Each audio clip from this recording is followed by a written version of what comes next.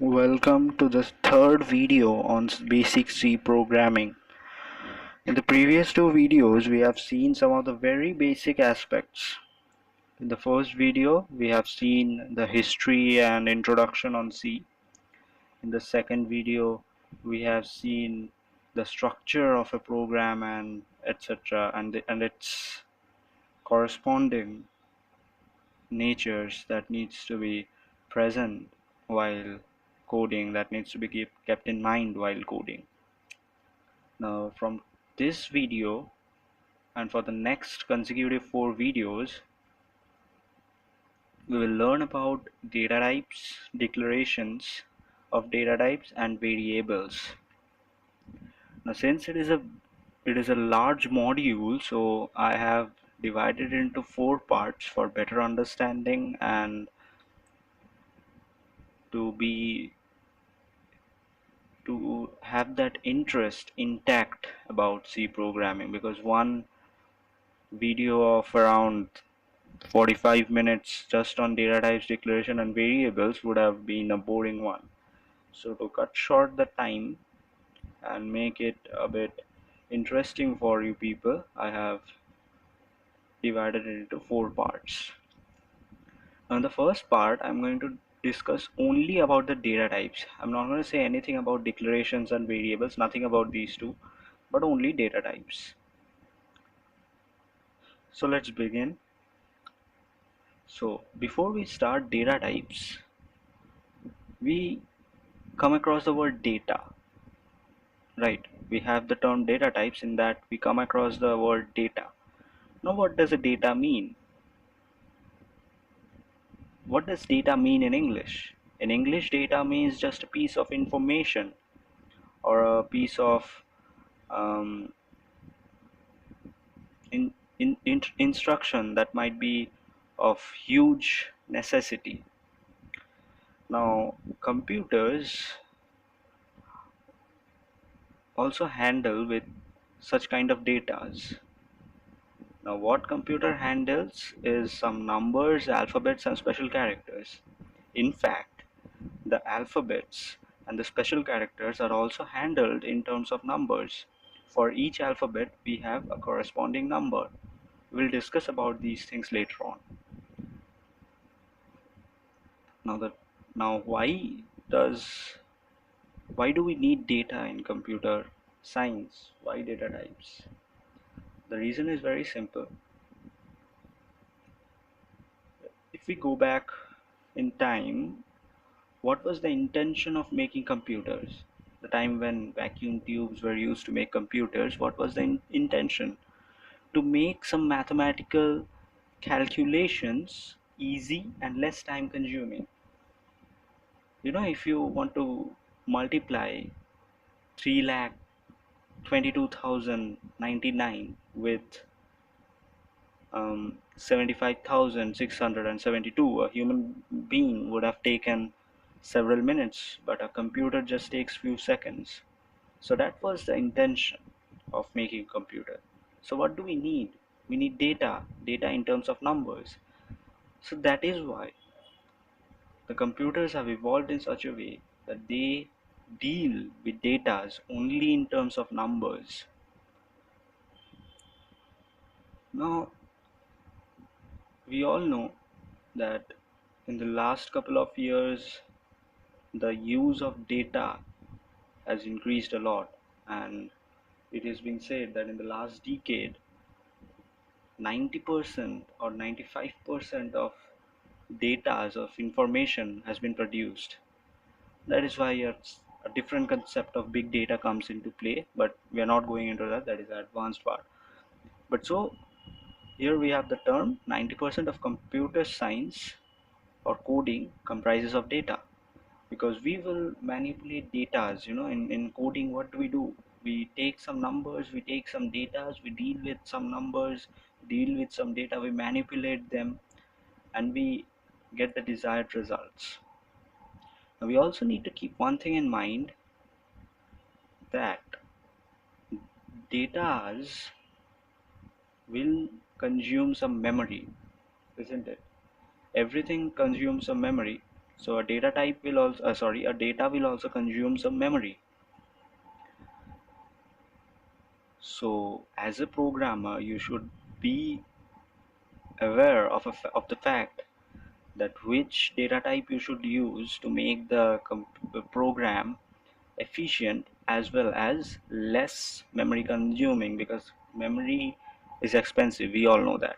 We all are experiencing these problems, that the high cost of memory.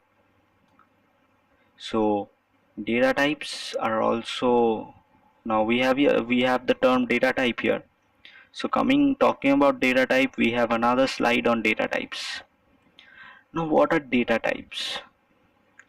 Now, not going into any computing terms, data types are those things or those attributes of computer which actually handles the data.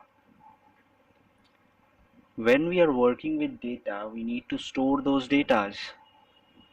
Alright, suppose I give you a number, I tell 23 plus 42, what you do? You remember the num 23 in your memory, in your human memory, and you remember the number 42 in your human memory. So you are storing those things, isn't it? So similarly, the data is also stored in computer's memory. Now, in that is what is the feature of data type, that how much memory will the computer consume to store one particular data is actually done by data types. Not only that, the kind of data, is it a number, is it an alphabet, is it a special character, or is it a string means a group of characters, a group of characters. So these are actually maintained by data types. Data data types. So if you divide the two terms, data means information and types means the kind of information it is, which includes, the kinds include the size of the data type and the type of the data type. Type means that number, alphabets, or special characters, whatever it is. Now, as I have said earlier, in coming back to computing terms, I have said earlier that computers are not that intelligent, that it will assume from beforehand that what kind of data it is. Though some modern programming languages don't have the concept of data types as such, they use a variable called var and they do it, but we are not going into it. But in case of C, the compiler is not that intelligent enough to differentiate between numbers, alphabets, a sentence, or whatever you say. So that is why you need to make the compiler aware of the fact that what kind of information are you going to store in the computer's memory, and how much memory you will allocate to store that particular information in the memory. So this is the work of a data type. This is the basic work of a data type. Now, there are different types of data type, there are different types. As we can see, here are three major terms: primitive, derived, and user defined. These three are types of data types. Alright. Primitive data types are those data types which comes which is actually the building block of data types. Alright. If you want to make some other kind of data types, you have to use these primitive data types. Primitive data types include integers, float, double, character, and void. We'll understand these things in the next videos. And the derived data types include arrays, pointers, function. What are derived data types? Derived data types are those kind of data types which have been derived from the primitive data types. Alright. For example, what does array mean? Array means, in English, array means a collection of homogeneous things. Okay. So what is an array in case of computer? An array can be an array of integers. Alright, an array of double variables. Okay. So this is what is an array. So these are the derived data types. Without the primitive data types, you can never work with the derived data types. And the final but not the least is the user defined. Sometimes integer, float, double, character, void, array, pointer and functions are not enough to handle with data. We sometimes need combinations of these data types or some new kind of data types. So these combinations are defined by users. It is not given in the compiler. We user will define these data types while coding, while writing a particular program. So this is done with the help of user-defined data types. User-defined data types include structure, enum, which is abbreviated form of enumerated, and the final one is union. We will learn this maybe in the last part of this course, these user-defined data types. So this is the basic outlook of the types of data type. What kind of data types do we have, etc., etc. Now, as I've told that every data type will consume some memory. Alright, it will consume some memory. Now, what does integer, how much memory does integer consume? This slide only gives you the size of primitive data types. Alright, and one more thing, remember one thing, that in case of primitive data types, that is integer, float, double, character, void, the size of these data types have been defined by the compilers. Alright, but in case of arrays, function, structure, enum, union, in these cases, the size is actually dependent on the user. Alright, because the number of elements in the array is dependent on you, and according to your wish, the size of the array will, the memory consumption will vary. Same is the case of structure. What kind of data type, are you creating using structure, enum or union is actually dependent on you. It cannot be mentioned by the compiler from beforehand. So there's a fine line between the primitives and the derived and user defined data types. So now we will look into some of the aspects of the primitive data types. Coming to the basic aspects of primitive data types, we have 5 data types we have seen here: integer, float, double, character, void, but I have given here integer, character, float and double. What about void? Now void is a special type of data type. Alright, as the name suggests, void means what? What does void mean? Null. Void means what? Empty. So something which is empty, how will it consume the memory? This is very interesting. We will talk about this afterwards when we do deal with some coding in the later videos. From now on, we will deal with the basic 4 data types that we have here. The first data type is int, which is integer. Alright, we will understand these things: what is integer, what is character, what is float, what is double, in the later parts of this particular module. Now, what is an integer? I said it will be discussed later. So what is the memory consumption of an integer?